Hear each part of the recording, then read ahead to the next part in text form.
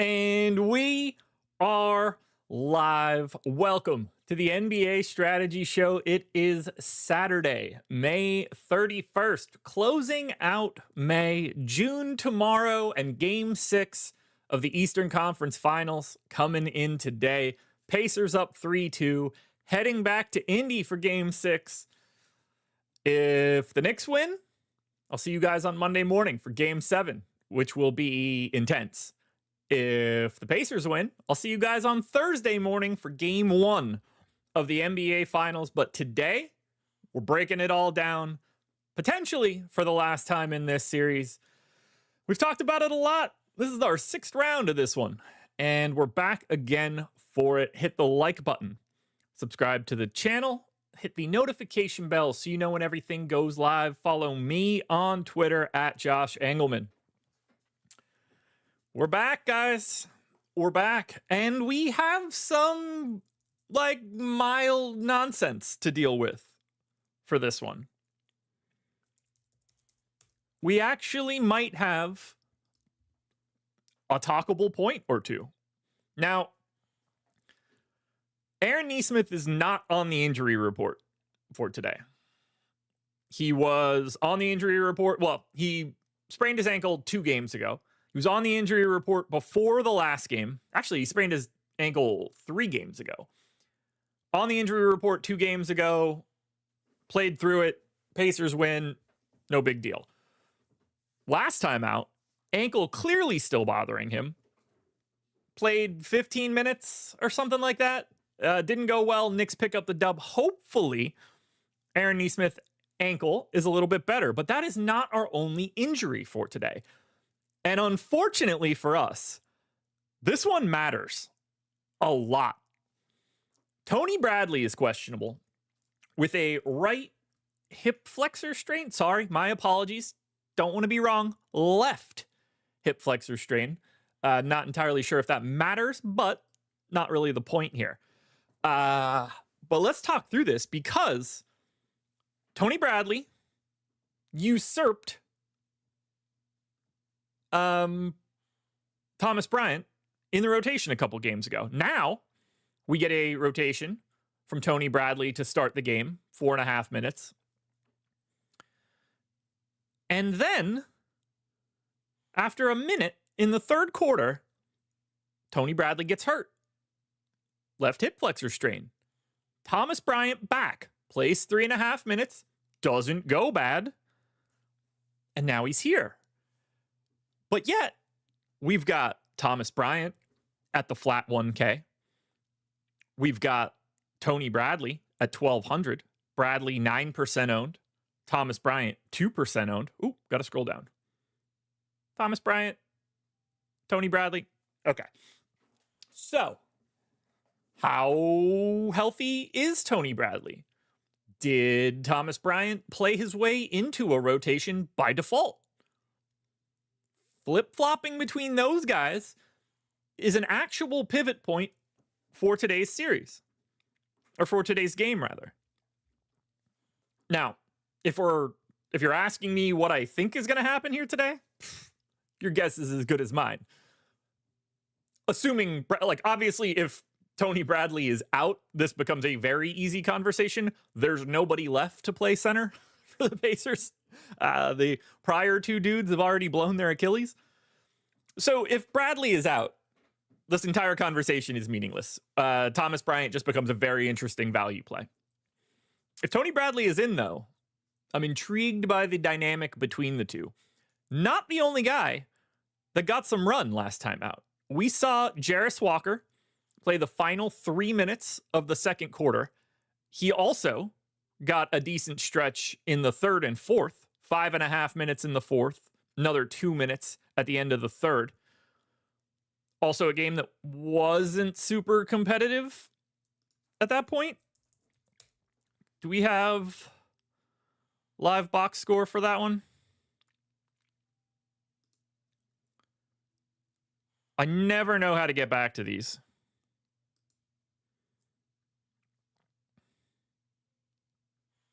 No, not Atlanta. Indy. Playoffs.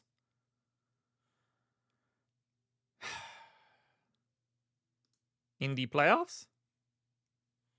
529? Sweet. Okay, so when Jarris Walker checked in at the end of the third, it was a 2-minute stint, so basically 2 minutes left in the third quarter. At that point in time, the win probability for the Indiana Pacers was like 2%. So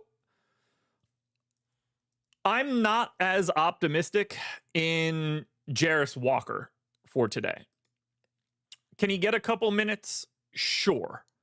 But they really didn't give him a shot until they were not in a good spot. We're talking about as bad as it can get at the end of the second quarter. And then, at the end of the third, when he came in this whole stretch, they're just grasping at straws. So I'm a little bit less concerned with Jarris Walker, particularly in a game 6, where I think you're more likely to see Rick Carlisle concentrate minutes a little bit more.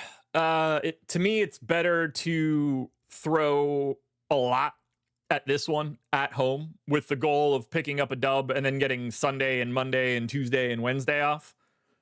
So I'm quite a bit less interested in Jarris Walker. I think we probably don't really see him in that last game if it was going a different direction. Those are really the only things rotationally that I think are worth touching on. It's the dynamic of Tony Bradley, the health to a degree of Aaron Nesmith, and then what in the world actually happens with someone like Jarris Walker. There's another thing that we need to look at coming out of that last game, and it's been something that I've been talking about for the entire series. Obviously, Aaron Nesmith was not at his best, and we were getting some really incredible Jalen Brunson shot making in game 5, sorry. 3 minutes and 44 seconds of Aaron Nesmith as the closest defender for Brunson. Now, he got cooked in that time for the first time this series, but the rest of it is Shepard, Mathurin, Halliburton, Nembhard. They don't want that. That's bad for Indy. When it comes to slowing down Jalen Brunson, there is basically one path and one path only, and that's a healthy Aaron Nesmith. So it worked out perfectly for me in game 5. I had a giant stand on Jalen Brunson in the captain. I faded Aaron Nesmith. I think those guys are just like pretty naturally negatively correlated. It's not that they can't have good games together, because anybody can just make shots. But the goal is Aaron Nesmith slows down Jalen Brunson. That is their path, because Andrew Nembhard just does not have the ability to do that. And Ben Shepard can't stop him. Benedict Mathurin can't stop him. Halliburton's great in like a weird way to close out and like get a hand up type stuff, but I mean, he is dreadful defensively, generally speaking. Better than he used to be for sure, but still the weak link for any team that's out there. They need Nesmith to be healthy. That's everything in this scenario. I mean, look what happened on Tuesday, game 4. This changes that Nesmith health literally changes everything.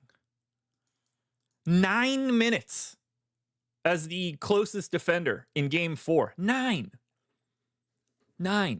That's 3 times as much as he had in game 5. Steven, now he's not even on the injury report. If we go by the injury report, Aaron Nesmith has 2 fully healthy ankles today. I don't believe that for a second. But that is what right here. To me, this is the game, at least step 1 of it. If Aaron Nesmith is able to play this many minutes on Jalen Brunson, that's great for Indy, and Jalen Brunson is going to need a heroic effort of shot making, because he's just not going to get good looks. It's just not how it's going to be. So right now, we'll loop back. we'll start talking about the slate. I had to hit on the overarching stuff. Most of the talk for the rest of this is going to be vague-ish. Like, as per usual, I don't have much of a take personally between Mikal Bridges, OG Anunoby, and Josh Hart. I don't have much of a take on your Andrew Nemhards, your Neesmiths, your mid-tier dudes. We got 20% ownership coming into Halliburton at the captain spot. 15 apiece on Towns and Brunson. Brunson, $400 more expensive than Halliburton. Halliburton, $600 more expensive than Towns. And then Siakam, 10% owned in the captain at $9,200, $1,400 cheaper than Karl Anthony Towns. Everybody else is like 6 or below. Turner, Hart, TJ McConnell, which we'll have a conversation about. In terms of my personal exposures, at least for right now, to start the day, at the captain spot, the biggest stand that I have, and it is not even close, is Tyrese Halliburton. He is currently 17% owned. He is in 40% of my captain lineups right now. He's my third biggest stand overall. I'm neutral at the utility spot, and I'm taking a giant stand on Halliburton. I couldn't be happier. If I were planning my exposures personally, having a stand of Halliburton at the captain spot would absolutely be something I wanted to do. Heading back home, trying to close them out. This feels like a Halliburton spot. I'm neutral on Siakam. I'm neutral on Towns. I'm neutral on Brunson. I don't really have much of any of the individual options. And I'm okay with that. As we get deeper in these series, I think it becomes harder and harder to identify non-primary captains. It's not to say that they're not good individually, or there's not, like, they can't be good, but it's really hard to me to separate, like I said before, your Anunobys, your Bridges, your Harts, your ancillary pieces, your Nemhards, your Neesmiths. Getting those guys into the captain spot, like, I don't think any of that's crazy. But they all just kind of become the same, and I don't have a stand in that way. If I'm taking somebody like that, like let's say I'm making a Josh Hart lineup at the captain spot, then I'm willing to think about what else is in the rest of that lineup. But more often than not, I'm just going to end up with the best guys. And I'm going to make my lineups different elsewhere.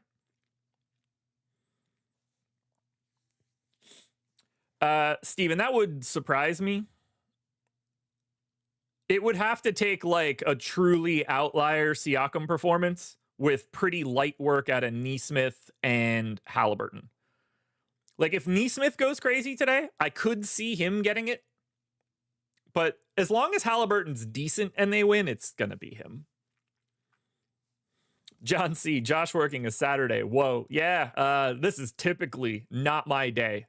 The entire time I've worked at Stokastic, Saturday has just been my day off. Every once in a while, I'll, you cover for somebody when people are out, but I do so little DFS on Saturday, it's crazy. But it's the NBA playoffs. There are no games tomorrow. We flip-flop the schedule. I got a cough. Damn, that hurt. Schedule for the rest of the day. I might as well hit you guys with it so you guys are aware of what we got going on. Emac and Greg will be on MLB Live Before Lock today at 3:15. And then I will be back for Live Before Lock at 7:30. And I will probably hang out on playback for a bit today because I ain't got shit else to do. Wife is in South Carolina. The only thing that matters to me today is doing laundry, which will not impact watching basketball, and watching basketball. Or baseball, I guess, before basketball starts. But the only thing I'm doing today is watching sports, playing DFS for the sports that play today, and betting on sports. It's an incredible Saturday, and I hope you're joining me. This is the best way to head to June. Just is. Just is.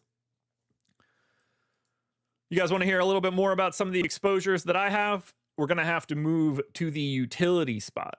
Yeah, Coach Chris, I'm going to go ahead and skip MMA. Not only is that card awful, but they lost a fight yesterday, right? So we got what? 1, 2, 3, 4, 5, 6 on the main. Okay. 1, 2, 3, 4. So, and 4. So it's a 10 fight card. Use the MMA sims, everybody, if you want to have a chance today. But I'm going to watch one fight on that card and one fight only. And that's Gamrot Klein. Otherwise, I'm good. All right. I'll talk about my exposures. I think the easiest way to do that is to talk about my biggest fades and my biggest stands. I'll let you guys tell me. For anybody that's in chat, you want the fades first or the stands first?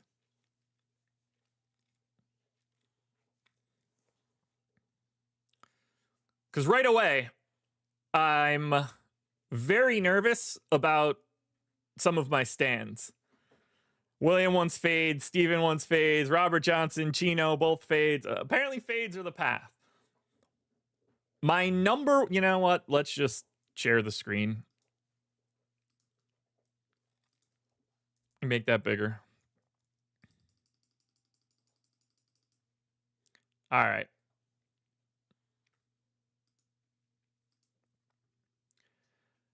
My number one fade for today is TJ McConnell.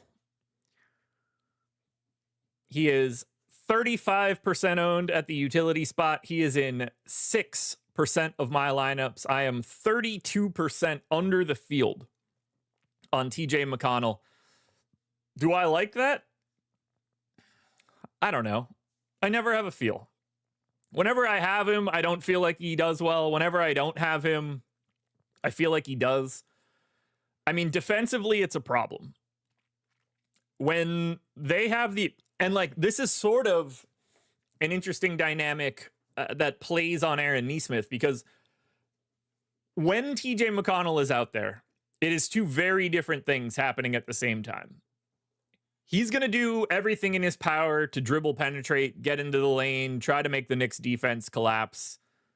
And he's going to get some buckets, especially if Mitchell Robinson isn't on the floor. Because when there's no rim protection, he's got a decent shot. But on defense, he gets picked at like a scab, and it doesn't go well because he's dreadful on defense. He's scrappy, and he's going to try to get himself in passing lanes and be an irritant. But he is also going to get picked on over and over again because he, like Obi Toppin, are not very good defensively. He's little. That's tough in the playoffs. So I'm going to hope that TJ McConnell plays 15 minutes today. And today is just not the day where the shots go in. Not a guy that I'm upset with fading. Had a decent game last time out. 3 of 5 from the field, 5 boards, 5 assists, and a block. I'll take the under on that one.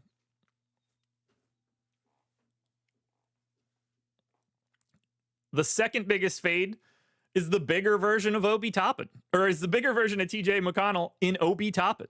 Currently projected for 33% ownership at the utility. I have 10, 25% under the field. These are the two big stands under the field. Now, Toppin is a bit of a wild card. He seems to get his minutes no matter what. You know, if Tony Bradley happens to be out, that's probably a little bit better for Obi Toppin. But he's Obi Toppin. He's another guy where, can he have a monster game where the Pacers defense is causing crazy pressure? Obi Toppin gets like 3 run-out dunks. Yeah. Like, the offensive side of this one, I get completely. When these games start to matter more, I'm less interested in the guys that can't play defense. So being light on McConnell and Toppin, that's what I want. The other 3 guys that I'm light on, Miles Turner, Mikal Bridges, Aaron Nesmith, just a function of the slate. I don't have much of a take. I do have a bit of a stand on Jalen Brunson. So if I'm going to have Brunson, I'm happy to be lighter on Nesmith. I've had a lot of trouble getting Turner. If they're ever going to play him more, this feels like the game or the series, like when you do it. He only played 24 minutes last time out. If you can get 36 minutes out of Turner today, that would make a bunch of sense. I don't have a feel on Turner. He's in 21% of my utility lineup, so I'm not running away from him, but I am a little lighter. Bridges is just a guy that it seems like I never get. I don't know if it's just a salary point or what, but he's very rarely in my lineups. And then light on Nesmith again, which, you know, if he is dedicating his time to taking Jalen Brunson out of the game, I'm okay with being light on the offensive side. The stands that I have, apparently I'm running back the DeLon Wright experience. Not great last time out. Still played 10 minutes. Call it 9 if we want to talk about it, not counting that final minute of the blowout. I expect him to get something in that 8 to 10 range again. I don't expect him to be good, but, you know, he's 1,600. He's an okay value. Do I wish that it was Landry Shamet, same as last time? Yeah, I do. I find Landry Shamet to be a more interesting option than DeLon Wright, but that's not how my exposures end up working out. I end up getting DeLon Wright. I'm also getting Tony Bradley. Now, there's not much I can do with that, but I think what you're seeing here on my stands is pretty clear.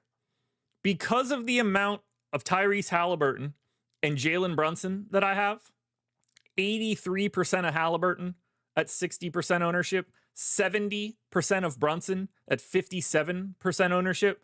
Those two big stands are giving me DeLon Wright, Tony Bradley, and Ben Shepherd. Don't take that to heart right now. It's 10:23 in the morning.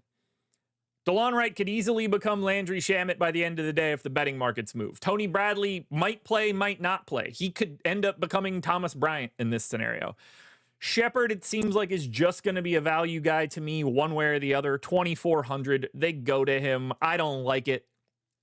He's really bad on offense, but you know, if anything is going wrong for Aaron Nesmith, Ben Shepherd is the guy that's going to benefit from a playing time.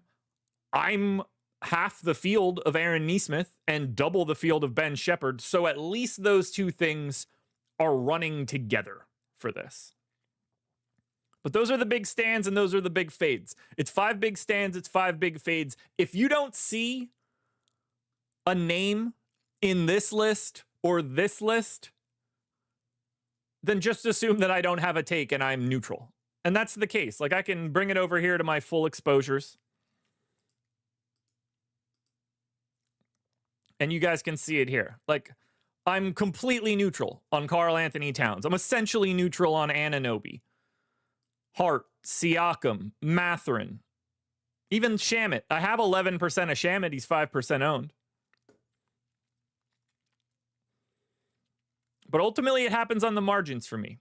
DeLon Wright, Tony Bradley, Tyrese Halliburton, big stand, McConnell, Toppin, and a few other assorted big fades. But I think this slate comes down to how healthy is Aaron Nesmith? How healthy is Tony Bradley? And do either of these teams consolidate their rotations? Like, let's be very clear here. Would you guys be surprised at all if Landry Shamet, Precious Achiuwa, and DeLon Wright don't play a single second? That wouldn't surprise me. Knicks backs against the wall. Could this be can we finally get to 40 minutes of Anunoby, 40 minutes of Bridges, 40 minutes of Hart? Could we be there? Because I think we can. But as of right now, I hope that's not the case, because I need them DeLon Wright minutes for right now. Just to touch on it quickly, I don't have too much to say here, but I think I do need to at least talk about it ever so slightly. FanDuel ownership, got it up on the screen right now. 20% ownership to Halliburton in the MVP spot, 19 to Towns, where he's $2,000 cheaper than Halliburton, and $2,200 cheaper than Brunson. Then you get 10 for Hart and 10 for Siakam. Not surprised to see Towns feels like the most cost-effective guy there. I'm guessing I end up building a single lineup with Siakam. We'll see when we pull that up. But the rest of this is all just very similar to what I said on the DraftKings side, other than the fact that value is just going to be a little bit different. You can see there's no real ownership to DeLon Wright, Ben Shepherd, Tony Bradley. You don't have to get all the way to the bottom. These guys are just essentially unowned. The value stops with a $1,600 Toppin. It's hard to go to Toppin, or it's hard to go to DeLon Wright when Toppin's only $600 more expensive, and Toppin's definitely playing, whereas Wright doesn't have to play. So the dynamic on FanDuel is a little bit different just because of the way that value works.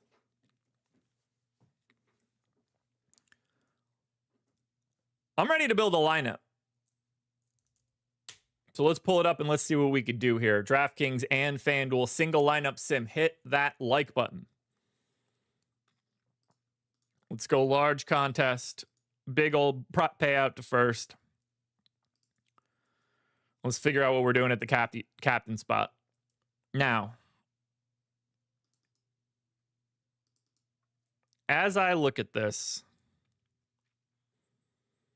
I think the captain move for me here is Towns. Which means I'm going to get Halliburton, Siakam. Kind of want to get Josh Hart here. Or sorry, DeLon Wright here, but I'm going to spend a little bit more, grab the points, take Miles McBride. If I complete the lineup with the optimals, it gives me Nembhard and McConnell, $100 left.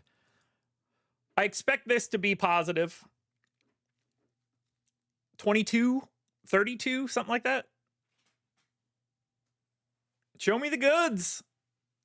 Ooh, 6. I'll take it. Positive is all I was looking for here, and we got that pretty easily. I'll do one tweak. I will take Nembhard out. I will take McConnell out. And just out of curiosity, can I do better than that? McConnell is here. Nembhard is not a great value. I think I can do better than Nembhard. If I get Mitchell Robinson, what does it complete with? McConnell again. Okay, so it just kind of puts us in a weird salary spot. If I grab Toppin instead, what does this give me? Nembhard again. Interesting. What if I take the discount on Shepherd and then get Josh Hart? I think this one's going to be better because of the ownership to the ownership to Shepherd. Yeah, there it is, 37. Needed the slight bigger discount on ownership for Shepherd. Didn't really give up anything in the fantasy points realm. Up to 37%. Towns captain, Shepherd, Hart, McBride, Siakam, and Halliburton. If we switch it over to the FanDuel side and we go bigly, at the MVP, it's just got to be Siakam to me. I think that's going to allow me to build a better lineup. He's the best value of the top 4 guys and the least owned. I'm hoping I can use that salary for good, not evil. So if I'm going to go Siakam, I'm going to leave Halliburton out. We're going to get Brunson. We're going to get Towns. And then it's got to be Obi Toppin. If I complete the final 2, it gives me Anunoby and Hart. $700 on the table. I'm pretty confident in this one. Should be positive, but there's an easy tweak. Yeah, there it is, 10%.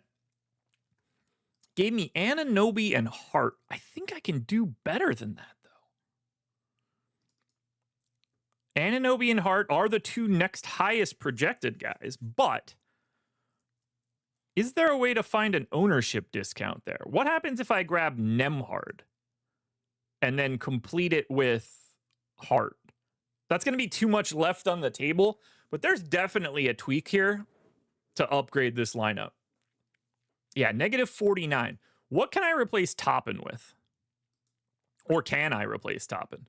If I replace Toppin with Mitchell Robinson here, it's 5 extra fantasy points.